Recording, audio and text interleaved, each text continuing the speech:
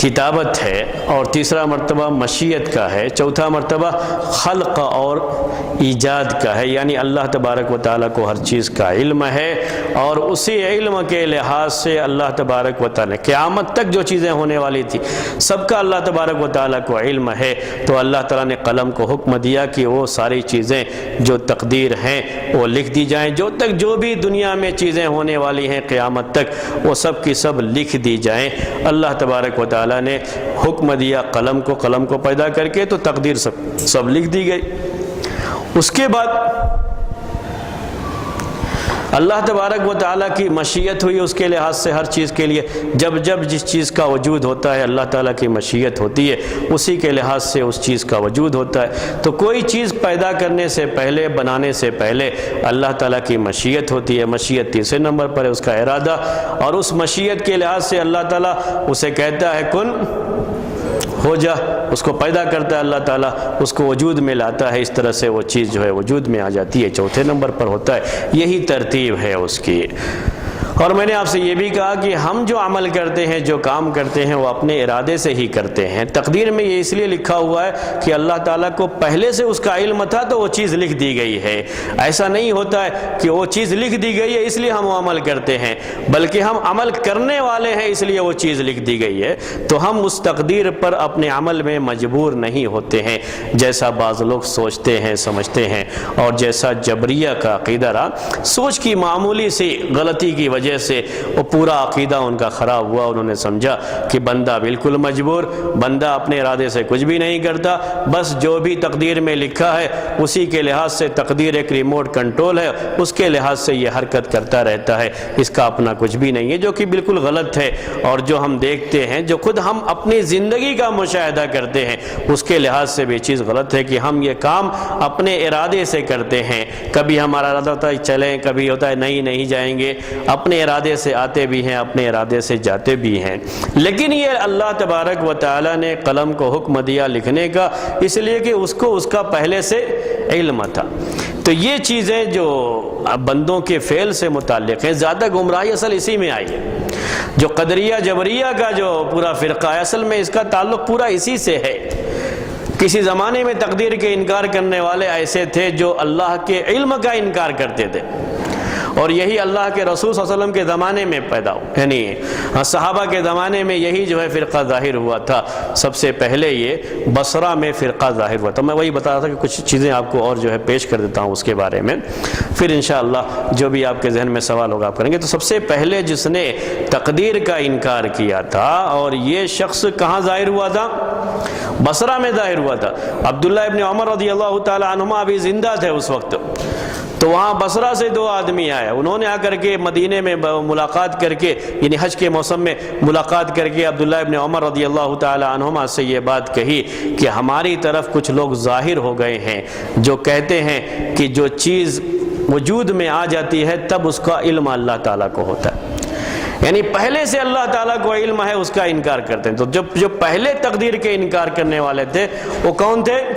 جو اللہ کے علم کا انکار کیے تھے، کہ پہلے سے اللہ تعالیٰ کو علم نہیں ہوتا، جب بندہ کرتا ہے تب اللہ تعالیٰ کو علم ہوتا ہے۔ یہ بات معبد جوہنی ایک شخص تھا بصرہ میں، اس نے کہی تھی، اور وہاں سے اس کی شروعات ہوئی۔ یہ فرقہ قدریہ وہاں سے پیدا ہوا تھا۔ جیسے کوفے میں تشیع کا بڑا زور تھا، یعنی شیعی لوگ کوفے میں بہت زیادہ پیدا ہوئے، ویسے ہی تقدیر کا انکار کرنے والا جو فرقہ تھا جس کو ہم قدریہ کہتے ہیں، اس کا پورا زور کہاں تھا؟ بصرہ میں تھا۔ وہ معبد جوہنی جو ہے اسی سے یہ چیز شروع ہوئی، اور اس کے بعد سے وہاں پر بہت سے لوگ اس کے جو ہے اس کی اس بات میں آ گئے۔ یہ مسئلہ ایسے ہی ہے کہ اگر صحیح طریقے سے اسے نہ سمجھایا جائے یا صحیح طریقے سے آدمی نہ سمجھے تو اس میں الجھ کر کے رہ جاتا ہے۔ تب یہ آدمی لوگوں کے کچے ذہن کو، جو اس کے بارے میں، اب ظاہر سی بات ہے کہ کسی کو اگر صحیح سے سمجھ میں نہیں آیا تو شبہات ڈال کر کے بہت سے ایسے لوگ جو اچھے تھے، جو حدیثوں کے راوی تھے، روایت کرنے والے حدیث کے، ان کو بھی ذہن میں شبہات وغیرہ ڈال کر کے اس طرح کی باتیں جو ہے اس کے ذریعے سے ہو گئی تھی۔ بصرہ میں وہ چیز ہوئی تھی۔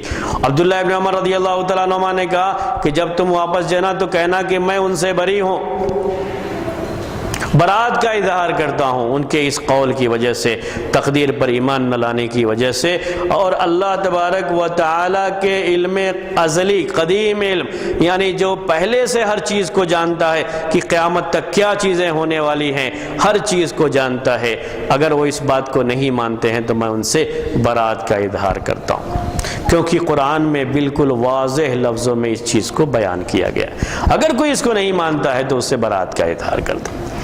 اس کے بعد ایک چیز تھی، اس کے بعد تقریباً جو ہے وہ چیز ختم ہو گئی۔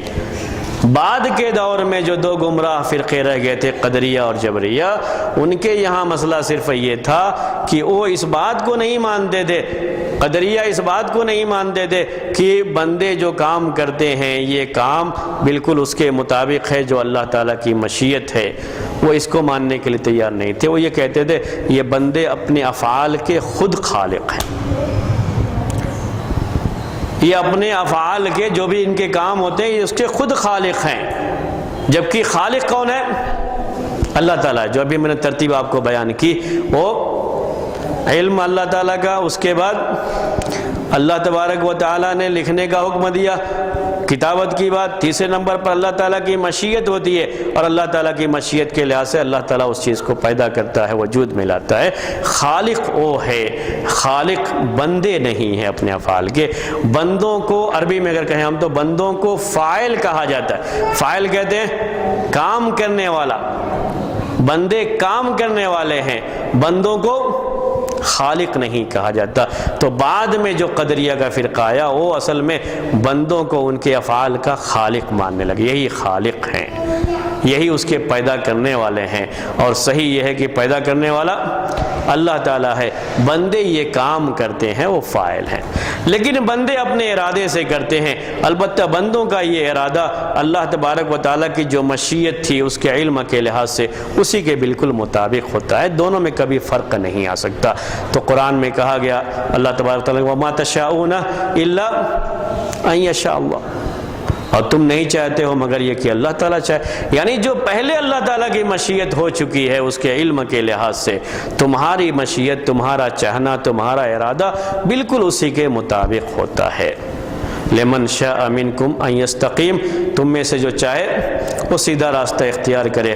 وما تشاءون الا ان یشاء اللہ رب العالمین، یہ اس کے اندر پوری اس مشیت کی جو ہے بات بیان کر دی گئی ہے۔ یہ بات تھی اس کے تعلق سے۔ دوسرا جو فرقہ ظاہر ہوا جو اس کے بالکل خلاف، اس پر رد کرنے کے لیے اس نے ایسا کر دیا کہ بندوں کو بالکل مجبور کر دیا۔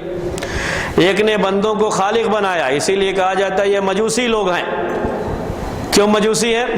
کہ وہ ایک خالق کو نہیں بلکہ بہت سے خالق کو مانتے ہیں۔ اب جب میں جو کام کرتا ہوں اس کا میں خالق ہوں، آپ جو کرتے ہیں آپ اس کے خالق ہیں، تو دنیا میں تو خالق بہت زیادہ ہو گئے، تو اس طریقے سے ان کو مجوسی کہا گیا۔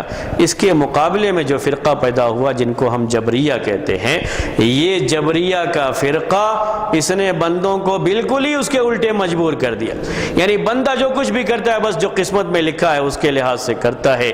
بندہ ایسے ہی ہے جیسے کوئی کھلونا ہے، ریموٹ کے ذریعے سے کوئی آدمی اس سے کھیلتا ہے، اسی انداز سے انہوں نے بندوں کے تعلق سے سوچا بندوں کا کوئی ارادہ ہی نہیں۔ یہ بھی غلط ہے، یہ بھی چیز غلط تھی۔ دونوں کے بیچ میں ہی حق ہے، یعنی بندوں کی مشیت، بندوں کا ارادہ، بندے اپنے سارا کام اپنے ارادے سے کرتے ہیں لیکن وہ اپنے کام کے خالق نہیں۔ ان کا خالق کون ہے؟ اللہ تبارک و تعالی ہے۔ اس کے ساتھ جو ہے جب اس چیز کو سمجھا جائے تو کبھی پریشانی نہیں ہوتی۔ بات یہ بھی آپ کے سامنے آئی تھی کہ جو بھی ہم کرتے ہیں اپنے ارادے سے کرتے ہیں، لیکن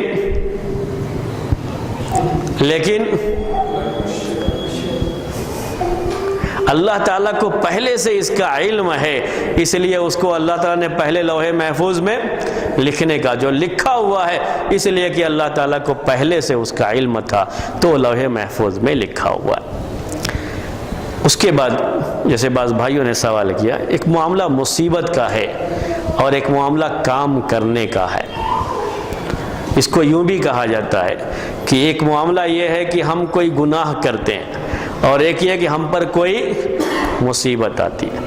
تو بہت سی چیزیں ایسی ہیں جو اللہ تبارک و تعالی نے خود وہ تقدیر بنائی ہے، وہ لکھی ہے۔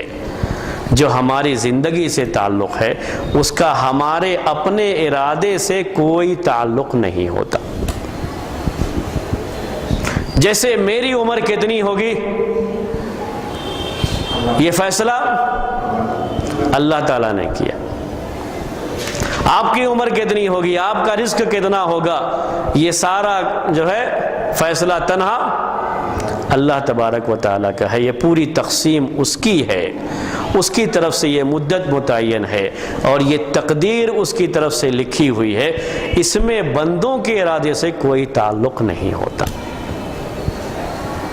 کوئی چیز ان سے تعلق نہیں رکھتی ہے۔ اس میں کبھی بھی کوئی بھی شخص اس لیے کہ وہ آدمی خواہش کیا کہ اس کو مال زیادہ دیا جائے اس لیے اللہ تعالیٰ نے اس کو زیادہ دیا، میں نے اپنی عمر کے لیے کم عمر کی خواہش کی تو اللہ تعالیٰ نے مجھے کم عمر دی، ایسا کچھ بھی معاملہ نہیں ہے۔ یہ خالص کس کے ہاتھ میں ہے؟ اللہ تعالیٰ کے ہاتھ میں۔ یہ تقدیر اللہ تبارک و تعالیٰ کی بنائی ہوئی ہے اور اس تقدیر پر ہر ایک کو ایمان لانا ہے اور اس پر اپنے آپ کو مطمئن بھی کرنا ہے، اس لیے کہ اللہ تعالیٰ کے جو نام ہیں صفات ہیں ان ناموں اور صفاتوں کے تعلق سے جاننا بڑا ضروری ہوتا ہے، اس سے بڑا فائدہ ہوتا ہے۔ تو ان ناموں میں سے یہ بات بھی ہے کہ اللہ تبارک و تعالیٰ ہی مالک ہے، وہی رب ہے، وہی خالق ہے، وہی رازق ہے، وہی ہے، کوئی اور نہیں ہے۔ رازق ہوا ہے، رزاق ہوا ہے، تو ہر ایک کو کتنا رزق ملنا ہے یہ صرف اس کا۔ مالک وہی ہے، لہو ما فی السماوات و ما فی ہر چیز کا مالک وہی ہے، ہر چیز کا خالق وہی ہے، پیدا کرنے والا۔ تو اس کو کب تک رہنا ہے، کب تک رکھنا ہے، اس کی بھی تعین کون کرے گا؟ وہی کرے گا، اسی کو حق پہنچتا ہے۔ ہر ایک کی عمر، ہر ایک کا رزق اور ہر ایک کے تعلق سے جو بھی نعمت اور اس کو جو بھی مصیبتیں آتی ہیں یہ سارے کے سارے فیصلے کون کرتا ہے؟ وہی کرتا ہے، تنہا وہی اور تنہا وہی حق رکھتا ہے اور کوئی اس سلسلے میں حق نہیں رکھتا۔ تو جب آپ یہ پڑھتے ہیں وَإِذَا أَصَابَتْهُمْ مُصِيبَةٌ قَالُوا إِنَّا لِلَّهِ وَإِنَّا إِلَيْهِ رَاجِعُونَ، جب مصیبت پہنچتی ہے تو کیا کہتے ہیں؟ ہم تو اللہ کے لیے اور اللہ کی طرف لوٹ کر کے جانے والے۔ یعنی یہ مصیبت ہمارے لیے جو مقدر کی گئی، یہ کس نے مقدر کیا؟ اللہ تبارک و تعالیٰ نے کیا اور اسی کی طرف سے یہ چیز ہوئی ہے۔ اسی لیے کہا جاتا ہے جیسے ہی کوئی مصیبت پہنچے فوراً کہنا چاہیے انا للہ و انا الیہ راجعون۔ یہ تقدیر پر ایمان ہے۔ یہاں تک کہ لائٹ بھی چلی جائے، کرنٹ بھی چلا جائے، کوئی بھی تھوڑی بھی معمولی سی بھی چیز ہو جائے تو کیا پڑھیں؟ یہ اللہ تعالیٰ نے مقدر کر رکھا تھا، وہ چلی گئی۔ لیکن کوئی گناہ اگر بندہ کرتا ہے تو گناہ کرنے کے بعد یہ نہ کہے کہ ہاں میرے تقدیر میں لکھا تھا تو میں نے یہ گناہ کیا، یہ نہ کہے۔ یہ نقطہ سمجھنے کا ہوتا ہے کہ گناہ بندہ اپنے ارادے سے کرتا ہے، وہ لکھا ہوا ہے جو لوح محفوظ میں، اس لیے کہ اللہ تعالیٰ کو پہلے سے علم تھا کہ یہ کرنے والا ہے، اسی لیے وہ لکھا ہوا ہے۔ اس لکھے ہوئے ہونے کی وجہ سے گناہ کرنے کے لیے ہم مجبور نہیں ہوتے، وہ اپنے ارادے سے ہم کرتے ہیں، اسی لیے ہم سے اس کا مواخذہ ہوگا۔ تو یہ اس لیے لکھا ہوا ہے، کسی بھی بندے کا عمل اس لیے لکھا ہوا ہے کہ اللہ کو پہلے سے علم تھا کہ وہ عمل کرنے والا ہے، اس لیے وہ چیز لکھی ہوئی ہے۔ اسی لیے بندوں سے اس پر مواخذہ بھی ہوتا ہے، ان کو سزا بھی ملے گی اس کی۔ اس لیے نہیں لکھا ہوا ہے کہ وہ لکھا ہوا تھا تو ہم نے کر دیا، نہیں، بلکہ ہم کرنے والے ہیں تو وہاں پہ وہ لکھا ہوا ہے، ہم اپنے ارادے سے کرتے ہیں۔ اسی لیے گناہ کر کے کوئی یہ نہیں کہہ سکتا کہ میرے تقدیر میں لکھا تھا تو میں نے گناہ کیا، بلکہ میں نے گناہ کیا ہے، اسی لیے اللہ تبارک و تعالیٰ کو چونکہ پہلے سے علم تھا تو میرے تقدیر میں یہ چیز لکھ دی گئی تھی۔ لیکن جہاں تک رزق کی تقسیم کا معاملہ ہے، جہاں تک مصیبت کی بات ہے، جہاں تک پریشانیوں کا معاملہ ہے، نعمت کی بات ہے، تو یہ ساری چیزیں اللہ تبارک و تعالیٰ نے خود تقدیر بنائی ہے لوگوں کی۔ اس میں کسی کو کوئی اختیار، کسی کا کوئی ارادہ نہیں ہے، ہر ایک کو الگ الگ عمر ملی ہے، الگ الگ نعمتیں ملی ہیں، اور اسی کے لحاظ سے ان سے سوال و جواب بھی ہوگا۔ جس کو اللہ تعالیٰ نے 100 سال کی عمر دی، اس کا سوال و جواب کس کے لحاظ سے ہوگا؟ 100 سال کے لحاظ سے ہوگا۔ جس کو 50 سال کی عمر دی ہے، اس کو جو ہے 50 سال کے لحاظ سے سوال و جواب ہوگا۔ جس کو اللہ نے بہت دولت دے رکھی ہے تو اس سے اس کی ساری دولت کے بارے میں سوال ہوگا، جس کو تھوڑی دے رکھی ہے اس سے اس کے بارے میں سوال ہوگا۔ تو یہ معاملہ اللہ تبارک و تعالیٰ کی طرف سے ہوتا ہے۔ اسی لیے یہ بات ہمیشہ یاد رکھیں کہ تقدیر کے معاملے میں جب کوئی مصیبت پہنچتی ہے تب یہ کہا جاتا ہے کہ یہ قسمت میں لکھا ہوا تھا۔ ما شاء اللہ کان، جو اللہ نے چاہا وہ ہوا۔ مصیبت، کیونکہ یہ مصیبت، یہ جو بھی ہے، کسی کی عمر اتنی ہو، کسی کی عمر اتنی ہو، یہ تقدیر کس نے بنائی ہے؟ اللہ تبارک۔ کسی کے بچے کا انتقال ہو گیا تو اس کی اتنی ہی عمر اللہ تعالیٰ نے رکھی تھی، تو ہم پڑھتے ہیں انا للہ و انا الیہ راجعون، اور انا للہ ما اخذ ولہ ما عطا، اللہ ہی کے لیے جو کچھ اس نے لے لیا اس کا ہی ہے جو کچھ اس نے دیا، وہ سب اللہ تعالیٰ ہی کی طرف سے تھا۔ اللہ تعالیٰ نے دیا تھا، واپس لے لیا اس کو۔ تو تقدیر پر ایمان سے بندے کے دل کو اطمینان حاصل ہوتا ہے، اور بندے کے دل کو سکون حاصل ہوتا ہے، مصیبتوں پر صبر آ جاتا ہے کہ یہ چیز پہلے سے لکھی تھی اور وہ چیز ہو گئی۔ بڑی سے بڑی انسان کے اوپر مصیبت آ جائے، کبھی بھی ایک مومن یہ نہیں سوچ سکتا ہے کہ اس مصیبت کی وجہ سے وہ خودکشی کر لے۔ کیوں؟ بولیے۔ اس لیے کہ وہ سمجھتا ہے اس موقع پر کہ یہ تقدیر کا ایک حصہ ہے۔ کوئی بھی مصیبت جو آتی ہے یہ تقدیر کا ایک حصہ ہے، اور جب یہ ایمان رکھتا ہے کہ تقدیر کا ایک حصہ ہے تو اس پر اسے صبر کرنا آ جاتا ہے، آسانی سے صبر کرتا ہے، پریشانی نہیں ہوتی۔ وہ سمجھتا ہے کہ اسی میں میری آزمائش ہے، اور پوری یہ زندگی اللہ تبارک و تعالیٰ نے آزمائش کے طور پر بنا رکھی ہے۔ اگر ایسا ہو گیا ہے میرے ساتھ، میرے بچے کا انتقال ہو گیا، تو اس لیے کہ اللہ تبارک و تعالیٰ نے اس کی عمر اتنی ہی لکھی تھی، اس کا انتقال ہو گیا۔ اتنے دنوں کے لیے ہی میرے پاس بچے کو رہنا تھا تو بچے کا انتقال ہو گیا۔ کسی کے والد کا انتقال ہو گیا تو کیا سوچتا ہے، میرے ساتھ میرے والد کی زندگی اتنی ہی لکھی ہوئی تھی، اس لیے اللہ تعالیٰ نے اتنا ہی جو اس کی تقدیر بنائی تھی، تو اللہ تعالیٰ نے میرے والد کو اٹھا لیا۔ اس کو صبر آ جاتا ہے۔ بیوی کا معاملہ ہے، اسے صبر آ جاتا ہے، اس کو پریشانی نہیں ہوتی ہے، وہ کبھی بھی اس طرح سے نوحہ نہیں کرتا، اس طرح سے جو ہے چیزیں نہیں پیش کرتا ہے جیسے آپ عام طریقے سے ان کے یہاں دیکھتے ہیں جن کے دلوں میں ایمان نہیں ہوتا، یا اگر کوئی مومن ہے لیکن تقدیر پر ایمان مضبوط نہیں ہے تو ان کے یہاں بھی آپ دیکھیں گے یہ اس طرح کی چیزیں پائی جاتی ہیں۔ لیکن تقدیر پر ایمان مضبوط ہوتا ہے تو یہ چیزیں نہیں ہوتی ہیں۔ میں اکثر ایسے موقعوں پر وہ حدیث پیش کرتا ہوں جو ابو طلحہ رضی اللہ تعالیٰ عنہ کے تعلق سے اور ان کی بیوی ام سلیم رضی اللہ تعالیٰ عنہ کے تعلق سے، وہ تقدیر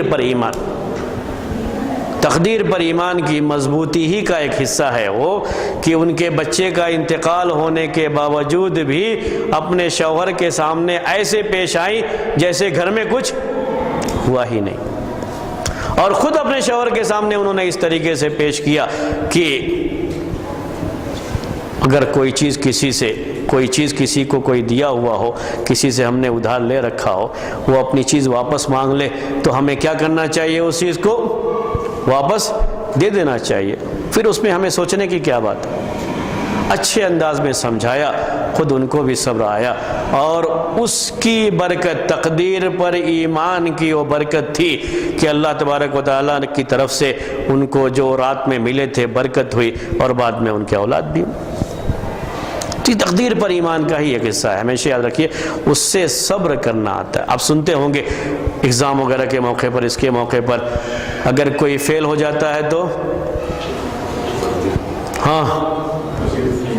خودکشی کر لیتا، نمبر کم آ گیا تو سوسائڈ کر لیا، سوسائڈ کر لیا۔ کیوں؟ نمبر کم آ گیا۔ یہ کس وجہ سے ہو جاتی ہے چیز؟ اس لیے کہ تقدیر پر ایمان نہیں ہوتا اس کا اس پر ایمان نہیں ہے کہ یہ چیزیں اللہ تعالیٰ کی طرف سے کسی کو ملتی ہیں، انسان اپنے آپ میں محنت ضرور کرتا ہے، کوشش ضرور کرتا ہے، کسی بھی چیز کے بچاؤ کے لیے اپنی ہر طرح سے تدبیر ضرور کرتا ہے، لیکن اللہ تبارک و تعالیٰ کی تقدیر میں ہے یہ چیز اللہ تبارک و تعالیٰ کی طرف سے انسان لکھوا کر کے آتا ہے، اور یہ اللہ تعالیٰ دیتا ہے بندوں کو، اس کا بندوں کے اپنے عمل سے کوئی تعلق نہیں ہوتا۔ رزق حاصل کرنے کے لیے ہر کوئی جاتا ہے، لیکن کسی کو رزق زیادہ ملتا ہے اور کسی کو رزق کم ملتا ہے، اس لیے کہ اللہ تعالیٰ نے اس چیز کو تقسیم کر رکھا ہے۔ اس میں تقدیر پر ایمان انسان کو بہت زیادہ اطمینان بخشتا ہے، دل میں اسے اطمینان حاصل ہوتا ہے۔ اسی لیے ایک مومن کو ہمیشہ اطمینان اور سکون ہوتا ہے، دل کا سکون ہوتا ہے، اور یہ سکون جن کا تقدیر پر ایمان نہیں ہے ان کو حاصل نہیں ہوتا ہے۔ ہندوستان کے ایک بہت جو ہے مشہور عالم کی بات ہے یہ، کہ ان کی زبان سے ہی یہ بات میں نے سن رکھی ہے، میں ان کا نام نہیں لے رہا ہوں آپ کے سامنے۔ ان کے اپنے کہنے کے مطابق وہ ایک غیر مسلم خاتون جو ایک اچھی سروس، ایک اچھے جاب میں تھی اور بہت اچھی سیلری اس کو مل رہی تھی، بہت مطمئن تھی اپنی اس زندگی سے، لیکن دل میں ہمیشہ اس کے پریشانی لگی رہتی تھی، ہمیشہ یہ ڈر کہ بہرحال اب یہ پرائیویٹ ہے، اور پرائیویٹ جو نوکریاں ہوتی ہیں ان کا کوئی حساب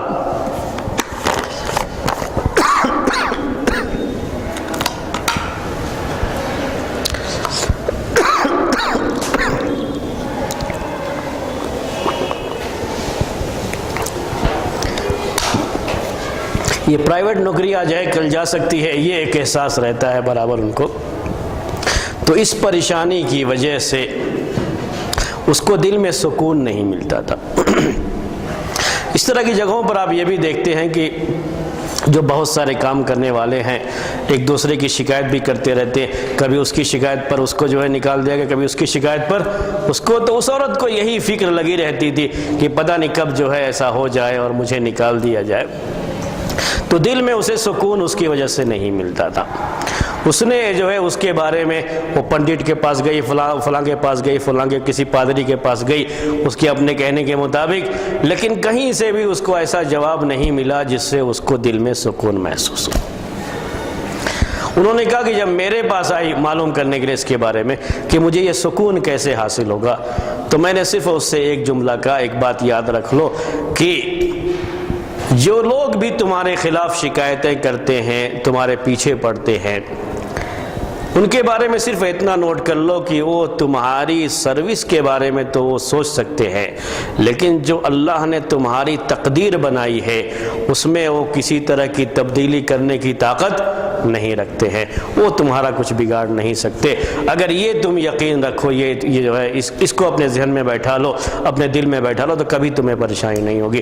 اس کے بعد کہا، اس کے بعد جب وہ گئی تو پھر دوبارہ آئی، اس نے اسلام بھی قبول کر لیا اور کہا کہ واقعی اب مجھے بڑا سکون محسوس ہوتا ہے کہ دنیا میں کچھ بھی آدمی کر لے کسی کے تعلق سے، لیکن اس کی تقدیر نہیں بدل سکتا۔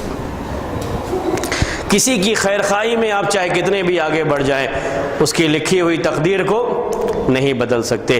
کسی کی بدخواہی میں، یعنی اس کا برا چاہنے میں آدمی چاہے کتنا ہی آگے بڑھ جائے تو لیکن اس کی تقدیر کو نہیں بدل سکتا ہے۔ اسی کے بارے میں حدیث میں عبداللہ ابن عباس رضی اللہ تعالیٰ عنہما کی جو حدیث ہے اس میں یہ ہے کہ وَاعْلَمْ أَنَّ الْأُمَّةَ لَوْ اجْتَمَعَتْ عَلَىٰ أَن يَنْفَعُوكَ بِشَيْءٍ لَا يَنْفَعُوكَ إِلَّا بِشَيْءٍ قَدْ كَتَبَهُ اللَّهُ لَكَ، کہ اگر پوری امت بھی اکٹھا ہو کر کے آپ کو فائدہ پہنچانا چاہے، اللہ نے اگر جتنا لکھا ہے اتنا ہی فائدہ پہنچائے گی، اس سے زیادہ کوئی فائدہ نہیں پہنچا سکتا۔ وَاعْلَمْ أَنَّ الْأُمَّةَ لَوْ اجْتَمَعَتْ عَلَىٰ يَضُرُّوكَ بِشَيْءٍ لَا يَضُرُّوكَ إِلَّا بِشَيْءٍ قَدْ كَتَبَهُ اللَّهُ عَلَيْكَ، اگر نقصان بھی پہنچانا چاہے تو اتنا ہی جتنا اللہ نے لکھا ہے، اس کے علاوہ کسی تقدیر بدلنے کی کسی کے پاس طاقت نہیں ہے۔ پھر کہا اللہ کے رسول صلی اللہ علیہ وسلم نے رفعت الاقلام وجفت الصحف، یہی الفاظ اس کے اندر، یعنی اللہ تعالیٰ نے تقدیر لکھنے کے لیے جو قلم کو حکم دیا وہ لکھ دی گئی،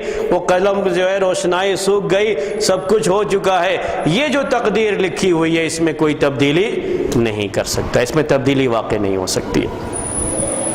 یہ بات اچھی طرح سے آپ جو ہے آپ کو ذہن میں رہنی چاہیے۔ تو یہ بات کس کی میں آپ سے کہہ رہا تھا، کسی بھی مصیبت کے تعلق سے وہ چیزیں جو اللہ تعالیٰ نے خود بندوں کے درمیان تقسیم کر رکھی ہیں اس میں کسی کا کوئی اختیار نہیں ہے، وہ جو تقدیر لکھی ہوئی ہے اسی تقدیر کے مطابق ہر چیز ہوتی ہے اور وہی دنیا میں واقع ہوتا ہے۔ اسی لیے یہ بھی کہا گیا، حدیث میں یہ بات بھی کہی گئی کہ اگر کوئی چیز ہو جاتی ہے، آپ چاہتے کچھ اور تھے اور ہو کچھ اور گیا، پھر آپ کے ذہن میں یہ خیال آتا ہے اگر میں ایسا کیا ہوتا تو بہتر ہوتا تھا، ایسا کرتا تو پھر ایسا ہو جاتا تھا، اگر یہ چیز آ جائے تو کہا اللہ کے رسول صلی اللہ علیہ وسلم نے کہ کیا کہو، قدر اللہ وما شاء فعل، اور بعض لوگوں نے اس کو ایسے بھی پڑھا ہے قدر اللہ وما شاء فعل، تو قدر اللہ وما شاء فعل، اللہ کی تقدیر تھی، اللہ نے جو چاہا ہو گیا بس۔ اب اس کے بارے میں یہ کبھی نہیں سوچنا چاہیے نہیں میں نے ایسا کیا، میں اگر باہر نہیں نکلا ہوتا تو یہ حادثہ نہ ہوتا، اس طرح سے کبھی آدمی سوچتا ہے۔ میں نے اس کو منع کیا تھا، باپ نے بیٹے کو منع کیا باہر جانے سے، پھر بھی بیٹا باہر چلا گیا، حادثہ ہو گیا، تو کیا کہتے ہیں میں نے اس کو منع کیا تھا، اگر جو ہے باہر نہ گیا ہوتا، میری بات مان لیا ہوتا تو یہ حادثہ نہ ہوتا۔ وہ آپ کی بات مانتا کیسے جبکہ وہ تقدیر میں اس کے لکھا ہوا تھا یہ حادثہ ہونا۔ تو یہاں کہا جاتا ہے قدر اللہ وما شاء فعل، اور یہ اللہ تعالیٰ نے خود بنایا ہے تقدیر۔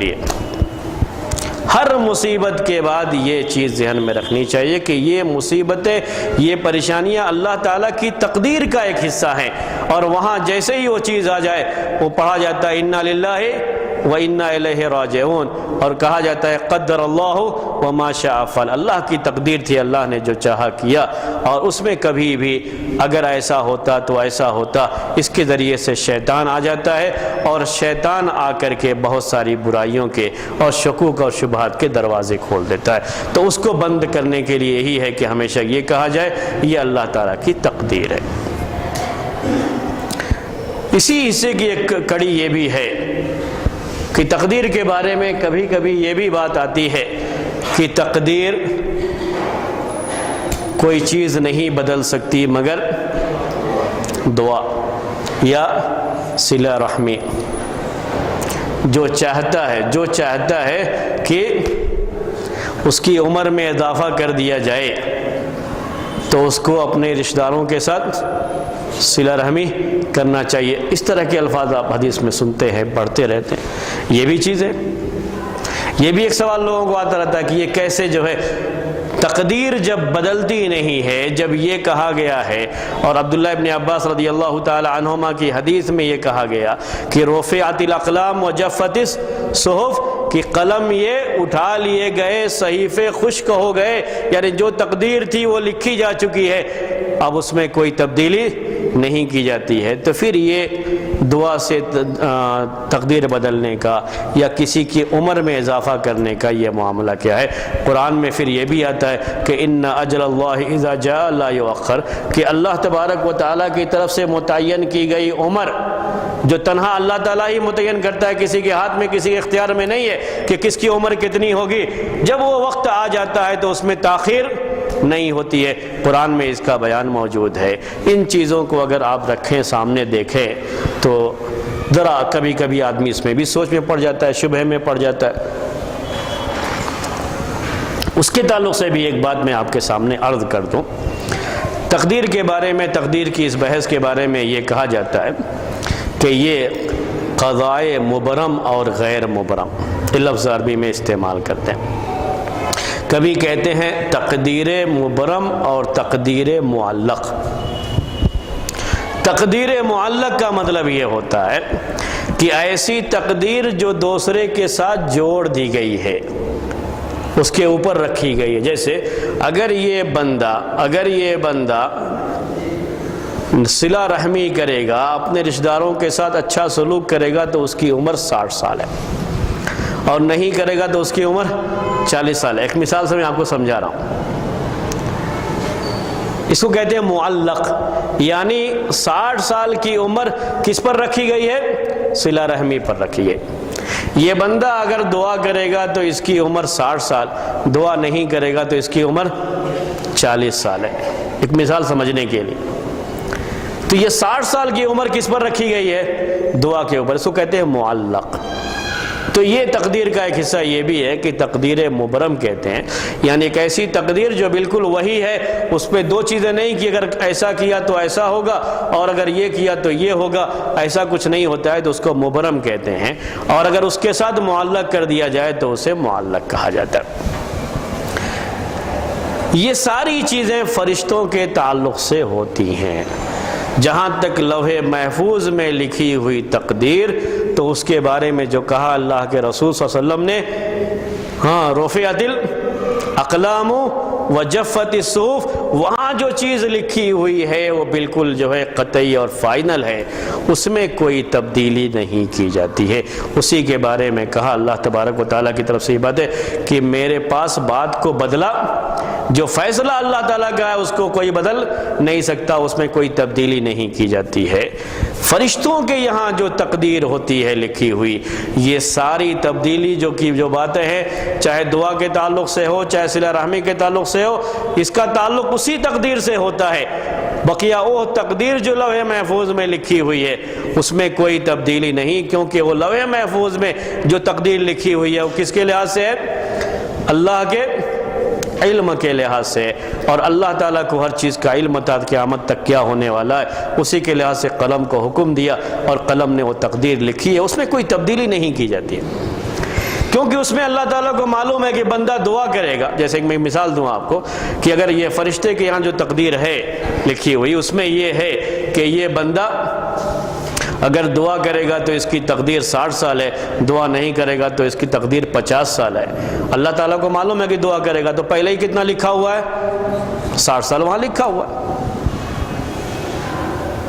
اس تقدیر میں کوئی تبدیلی کے کوئی جو ہے اس میں امکان نہیں، چانس نہیں ہوتا اس کے اندر، کیونکہ اللہ تعالیٰ کو معلوم ہے کہ دعا کرے گا یا نہیں کرے گا، پہلے سے معلوم ہے۔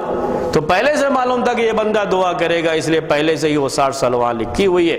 البتہ یہ جو بات تھی 40 اور 60 کی، یہ کس کے پاس تھی؟ جو فرشتے کے پاس تقدیر کا لکھا ہوا حصہ ہوتا ہے ہر بندے کے تعلق سے، کیونکہ کسی کی جان نکالنا، کسی کرنا، یہ فرشتہ ہی لے کر کے آتا ہے۔ تو فرشتے کے پاس جو علم ہوتا ہے اسی کے لحاظ سے یہ تبدیلی ہوتی ہے۔ اسی کے بارے میں یہ بات کہی جاتی ہے کہ اگر فرشتوں کے پاس لکھی ہوئی تقدیر میں کوئی تبدیلی ہوتی ہے تو کس کے ذریعے سے ہوتی ہے؟ دعا کے ذریعے سے اور صلہ رحمی کے ذریعے سے ہوتی ہے۔ جہاں تک وہ تقدیر جو لوح محفوظ میں ہے تو اس میں کوئی تبدیلی واقع نہیں ہوتی ہے۔ یہ چند باتیں تھیں جو میں نے آپ سے کہا کہ پہلے میں آپ کے سامنے اسے واضح کر دوں۔ اب اس کے بعد کوئی سوال اگر آپ کو ابھی ہے تو آپ کر سکتے ہیں۔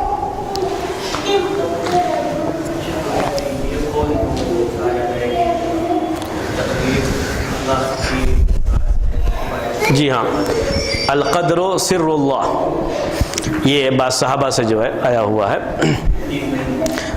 بات صحابہ سے جو ہے تعلق سے یہ بات آئی ہوئی ہے، انہوں نے یہ بات کہی ہے، القدر سر اللہ، یہ تقدیر جو ہے اللہ تعالیٰ کا ایک راز ہے، اور یہی ہے تقدیر۔ میں نے ابھی جو بتایا آپ کو پورا جو ہے خلاصہ وہ یہی تھا کہ تقدیر یہ حق صرف کس کا ہے؟ اللہ تعالیٰ کا۔ جو بھی بندوں کو کیا ملنا ہے، کس کو کتنی عمر ہونی ہے، کس کو کتنا رزق ملنا ہے، یہ سب کی سب کس کا سر ہے؟ اللہ تعالیٰ کا، اور راز ہے، اس کا سر ہے یہ۔ اور کبھی بھی اس کے اندر اس آدمی کو 60 سال عمر دینے کی حکمت کیا ہے، اس کو 40 سال دینے کی حکمت کیا ہے، اس کا علم اللہ کے علاوہ کسی کو نہیں۔ یہ اللہ تعالیٰ کا ایک ایسا راز ہے جو صرف اللہ تعالیٰ جانتا ہے، کسی کو نہیں معلوم۔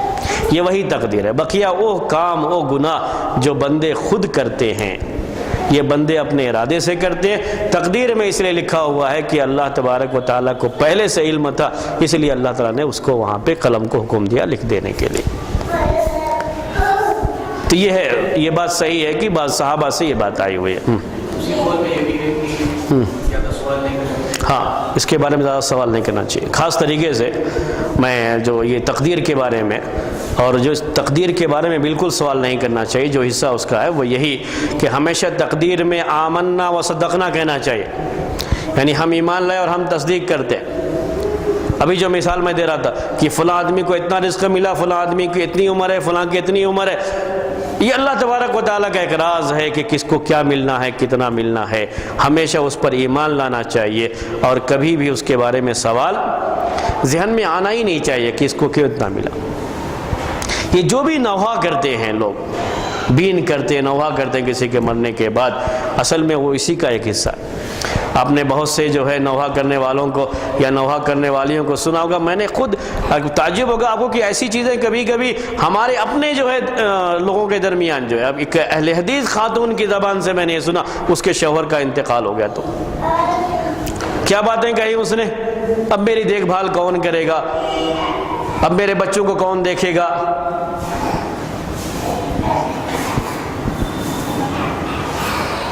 بھی ذرا جوانی میں کسی کی وفات ہو جاتی ہے، کسی بیوی کے شوہر کی وفات جو ہے جوانی میں ہو جائے تو کس انداز سے اس کا ہوتا ہے، اس طرح کے جملے کہنا.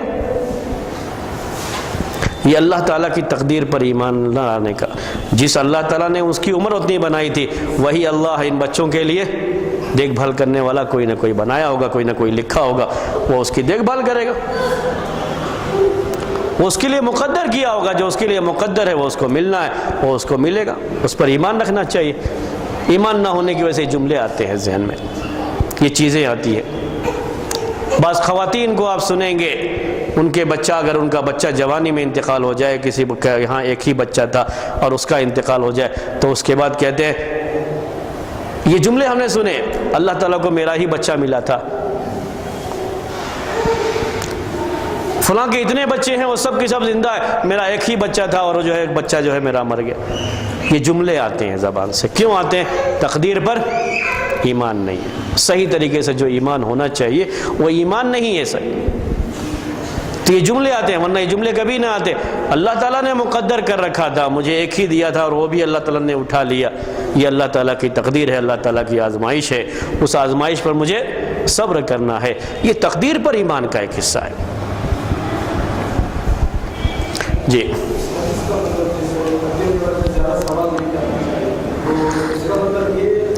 ہمیشہ یاد رکھ لو کہ تقدیر کے بارے میں یہ بات زیادہ جو ہے آپ کتابوں میں پڑھیں گے تو ایسی آپ کو ملیں گی کہ تقدیر کے بارے میں زیادہ سوال نہیں کرنا چاہیے، خاص طریقے سے اس موقع پر جب دل میں اطمینان نہیں ہو پا رہا ہے. جب اطمینان ہو جاتا، جیسا کہ میں نے اس سے پہلے بھی آپ کو پچھلے ہفتے بتایا تھا، اطمینان ہو گیا تو پھر کوئی پریشانی نہیں. اب دیکھیے علامہ ابن قیم رحمۃ اللہ علیہ کو پوری اتنی موٹی کتاب لکھی ہے تقدیر کے اوپر، پوری ایک ایک چیز کو جو ہے بحث کی ہے اس کے اوپر. کیوں؟ دل کو اطمینان ہو گیا کہ تقدیر ہے کیا چیز، کہیں کوئی شبہ ہی نہیں آتا اس کے بعد تو کوئی مسئلہ نہیں ہے. لیکن جب اطمینان نہیں ہوتا ہے تو کبھی اب بار بار سوال کریں تو بھی اس کے بعد اطمینان نہیں آ رہا ہے تو سوال کرنا چھوڑ دینا چاہیے اس کے بارے میں، اور بس یہی کہ تقدیر پر ہمارا ایمان ہے. تقدیر کے بارے میں پھر سوال نہیں کرنا چاہیے. جب سوال زیادہ کریں گے تو پھر قدریہ جبریہ کا مسئلہ آ جاتا ہے. عربی میں ایک مشہور، اردو میں ایک مشہور شاعر کے 2 شعر پڑھتا ہوں آپ کو. لوگ آسانی سے یہ اشعار یاد کر لیتے ہیں اور لوگ پڑھ کر کے لوگوں کو بیان بھی کرتے رہتے ہیں، سوچتے نہیں کہ یہ چیزیں ہیں کیا. اصل میں وہ تقدیر پر ایسا ایمان ہے جو جبریہ کا ایمان تھا. اس شعر کے اندر وہی ہے، ایک مسلمان شاعر کا وہ شعر ہے. الٹی ہو گئی سب تدبیریں، کچھ نہ دوا نے کام کیا، دیکھا ایک بیمار یہ دل نے آخر کام تمام کیا. ناحق ہم مجبوروں پر یہ تہمت ہے خود مختاری کی، چاہے ہیں سو آپ کرے ہیں ہم کو بس بدنام کیا. بالکل وہی بات جو جبریہ کہتے تھے کسی زمانے میں، وہ اس شعر کے اندر موجود ہے. اور یہ کوئی بہت پہلے کے شاعر کی نہیں، ابھی جو ہے ذرا یعنی سمجھیے کہ جو ہے 60-70 سال پہلے کی بات ہوگی. وہ شاعر کے جو ہے یہ اشعار ہیں، یہ کتابوں میں پڑھے اور پڑھائے جاتے ہیں اردو زبان میں. لوگ پڑھتے ہیں اور پڑھاتے ہیں. مطلب کیا ہے اس کا؟ کہ ہم بالکل مجبور ہیں، ہم تو کچھ بھی نہیں ہیں، اور خامخواہ ہم کو بدنام کیا جاتا ہے کہ ہم نے یہ کیا اور ہم نے کیا. ہم نے کیا کیا؟ ہم تو کچھ بھی نہیں ہیں، ہم تو کچھ کرتے ہی نہیں ہیں. یہ بالکل جبریہ والی بات ہے جو اس کے اندر کہی گئی ہے. تو اس طرح کی اشعار، اس طرح کی باتیں ہم سنتے رہتے ہیں. لوگ بیان کرتے رہتے ہیں۔ اردو میں اس طرح کی بہت ساری چیزیں، بہت سارے جملے، بہت سارے وہ ادب کے اندر موجود ہیں، خرابیاں موجود ہیں۔ یہ جب ایمان مضبوط ہوتا ہے تو آدمی ان خرابیوں کو پہچانتا ہے، غلطیوں کو پہچانتا ہے۔ جی کوئی اور سوال ہو تو کر سکتے ہیں۔ قضا کے معنی فیصلہ کیا، اور قدر کے معنی اندازہ کیا۔ تو قضا یہ اللہ تبارک و تعالیٰ کے فیصلے ہیں کہ عمر کس کی کتنی ہونی ہے، تقدیر کا ہی وہ حصہ ہے کہ کس کی عمر کتنی ہے، کس کا رزق کتنا ہوگا، اور کس کے کتنے بچے ہوں گے۔ یہ ساری چیزیں کون فیصلہ کرتا ہے؟ اللہ، یہ قضا ہے، اور اسی کے لحاظ سے اللہ تعالیٰ اس چیز کو اس کے لیے مقدر کرتا ہے۔ یہ قدر ہے۔ اور قدر میں ایک بات جو زائد ہوتی ہے وہ یہ کہ بندہ جو عمل کرنے والا ہوتا ہے اللہ تعالیٰ اس کو بھی پہلے سے جانتا ہے، اس لیے اس کو بھی لکھ دیا گیا، وہ تقدیر ہے اس کی۔ تو فیصلہ یہ سب کی سب اللہ تعالیٰ کا، اس لیے قضاء و قدر دونوں لفظ استعمال کرتے ہیں۔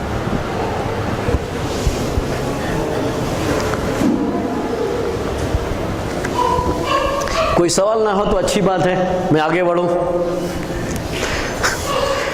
اب ہم بالکل بھول ہی گئے ہیں کہ ہم بالکل بھول گئے ہیں کہ ہم لوگ جامع العلوم والحکم پڑھ رہے تھے، اور اس میں ایک حدیث پڑھ رہے تھے جس کا نام حدیث جبرائیل ہے۔ حدیث انما الاعمال بالنیات طویل لے گئے کہ یہ بھول گئے کہ ہم جامع العلوم والحکم پڑھ رہے تھے یا عقیدے کی کوئی کتاب پڑھ رہے تھے۔ تو یہ عقائد کی پوری بحثیں آپ کے سامنے آ گئی، تقدیر کا مسئلہ بھی آ گیا۔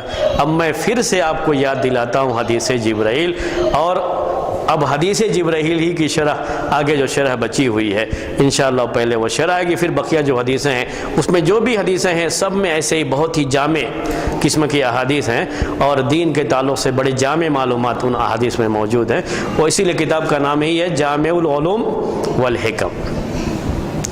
تو حدیث جبرائیل عمر بن خطاب رضی اللہ تعالی عنہ اس کے راوی ہیں، اور یہ کہتے ہیں کہ ہم لوگ اللہ کے رسول صلی اللہ علیہ وسلم کے ساتھ بیٹھے ہوئے تھے، بینما جلوس عند رسول اللہ صلی اللہ علیہ وسلم، اس کے درمیان کہ ہم اللہ کے رسول صلی اللہ علیہ وسلم کے ساتھ جو ہے بیٹھے ہوئے تھے، اذ طلع علینا رجل شدید بیاض الثیاب شدید سواد الشعر، کہ اسی درمیان ایک آدمی اچانک ہمارے درمیان ظاہر ہوا جس کے کپڑے انتہائی سفید اور جس کے بال انتہائی کالے تھے، لا یرا علیہ اثر السفر ولا یعرفہ منا احد۔ ان کے کہنے کا مطلب یہ ہے کہ بال انتہائی کالے اور کپڑے انتہائی سفید، اس میں ان کے کہنے کا مطلب یہ ہے کہ ان پر سفر کے بالکل آثار ظاہر نہیں ہو رہے تھے، کسی بھی اینگل سے ایسا نہیں لگ رہا تھا کہ یہ آدمی کہیں دور سے سفر کر کے آ رہا ہے۔ اور دوسری پریشانی یہ تھی کہ اگر سفر کر کے نہیں آ رہا ہے تو آدمی مدینے کا رہنے والا ہوگا، اور جب مدینے کا رہنے والا ہے تو ہمیں اسے پہچاننا چاہیے، لیکن ہم میں سے کوئی اسے پہچانتا بھی نہیں تھا، لا یعرفہ منا احد، حتی دنا من رسول اللہ صلی اللہ علیہ وسلم، یہاں تک کہ اللہ کے رسول صلی اللہ علیہ وسلم کے قریب آ گیا، اور فاسند رکبتیہ بے رکبتیہ الی رکبتیہ، تو اپنے دونوں گھٹنوں کو اللہ کے رسول صلی اللہ علیہ وسلم کے گھٹنے سے لا کر کے لگا دیا، ووضع کفیہ علی فخذیہ، اور اپنے دونوں ہاتھوں کو، ہتھیلیوں کو اللہ کے رسول صلی اللہ علیہ وسلم کی ران پر آ کر کے رکھ دیا، بڑی قربت ظاہر کرتے ہوئے، بڑی اپنائیت ظاہر کرتے ہوئے، اور اپنائیت کے انداز میں آ کر کے بیٹھ گئے اس طریقے سے۔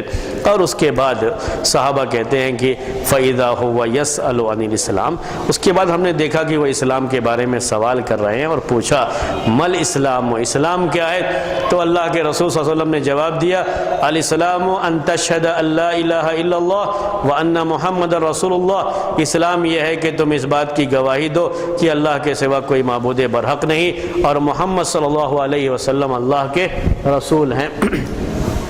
اس کے بعد وَأَن تُقِيمَ الصَّلَاةَ وَتُؤْتِيَ الزَّكَاةَ وَتَصُومَ رَمَضَانَ وَتَحُجَّ الْبَيْتَ إِنِ اسْتَطَعْتَ إِلَيْهِ سَبِيلًا کہ تم نماز قائم کرو، زکوٰۃ دو، روزہ رکھو اور حج بیت اللہ کرو، یعنی جو اسلام کے 5 ارکان ہیں یہی 5 ارکان اللہ کے رسول صلی اللہ علیہ وسلم نے بیان فرمائے۔ تب کہا جبریل علیہ السلام نے، جو انسانی شکل میں اس وقت موجود تھے، انہوں نے کہا صدقت، آپ نے بالکل صحیح جواب دیا ہے۔ تو صحابہ کہتے ہیں، عمر بن خطاب رضی اللہ تعالیٰ عنہ نے کہا فَعَجِبْنَا لَهُ كَيْفَ يَسْأَلُهُ وَيَصَدِّقُهُ، ہم نے بڑا تعجب کیا کہ کیوں یہ آدمی سوال بھی کر رہا ہے اور ساتھ میں تصدیق بھی کر رہا ہے، کیونکہ سوال کرنے والا آدمی تو اس لیے سوال کرتا ہے اس کو علم نہ ہو، اور یہاں تصدیق کر رہا ہے، اس کا مطلب یہ کہ پہلے سے علم ہے کہ یہی جواب ہے، تو یہ سوال بھی کر رہے ہیں، جواب بھی دے رہے ہیں۔ میں نے آپ کو بتایا تھا کہ یہ مدرس جب سوال کرتا ہے تو اس کو پہلے سے علم ہوتا ہے، اسی لیے جواب کے بعد بولتا ہے کہ آپ کا جواب یہ صحیح ہے، اور چونکہ جبرائیل علیہ السلام معلم بن کر کے آئے تھے اس لیے وہ جواب کی تصدیق بھی کر رہے تھے۔ اس کے بعد سوال کیا، دوسرا سوال تھا مل ایمان، ایمان کیا ہے؟ تو اللہ کے رسول صلی اللہ علیہ وسلم نے جواب دیا ان تؤمن باللہ وملائکتہ وکتبہ ورسلہ والیوم الآخر وبالقدر خیرہ وشرہ، تم یہ ایمان رکھو کہ اللہ پر ایمان، جو ایمانیات ہیں، جو عقائد کی باتیں ہیں، پورا جو ہے وہی جواب تھا ایمان کے ارکان۔ اللہ پر ایمان، اللہ کے فرشتوں پر ایمان، اللہ کی کتابوں پر ایمان، اللہ کے رسولوں پر ایمان، یوم آخرت پر ایمان، اور تقدیر کے اچھے اور برے پر ایمان۔ تقدیر کی آخری بحث تھی جو ہم نے آپ کے سامنے پیش کی۔ اس کے بعد تیسرا سوال کیا، جب یہ جواب دیا تو کہا جبریل علیہ السلام نے صدقت، قد صدقت، پھر وہی جو ہے جواب کہ آپ نے بالکل صحیح کہا ہے۔ پھر کہتے ہیں عمر بن خطاب رضی اللہ تعالیٰ عنہ فَعَجِبْنَا لَهُ كَيْفَ يَسْأَلُهُ وَيُصَدِّقُهُ، ہم نے تعجب کیا کہ کیسے یہ سوال بھی کر رہے ہیں اور ساتھ میں تصدیق بھی کر رہے ہیں۔ پھر اس کے بعد سوال کیا مل احسان، تیسرا سوال کیا تھا مل احسان، احسان کیا ہے؟ تو اللہ کے رسول صلی اللہ علیہ وسلم نے جواب دیا ان تعبد اللہ کأنک تراہ فإن لم تکن تراہ فإنہ یراک۔ انشاءاللہ احسان سے اس کی شرح آپ کے سامنے آئندہ ہفتے آئے گی کہ احسان کیا ہے اور اس سے کیا مراد ہے، اس کی تفصیلات آپ کے سامنے آئیں گی۔ آج کا درس اسی پر ختم کرتے ہیں۔ سبحانک اللہم وبحمدک اشہد ان لا الہ الا انت استغفرک واتوب الیک۔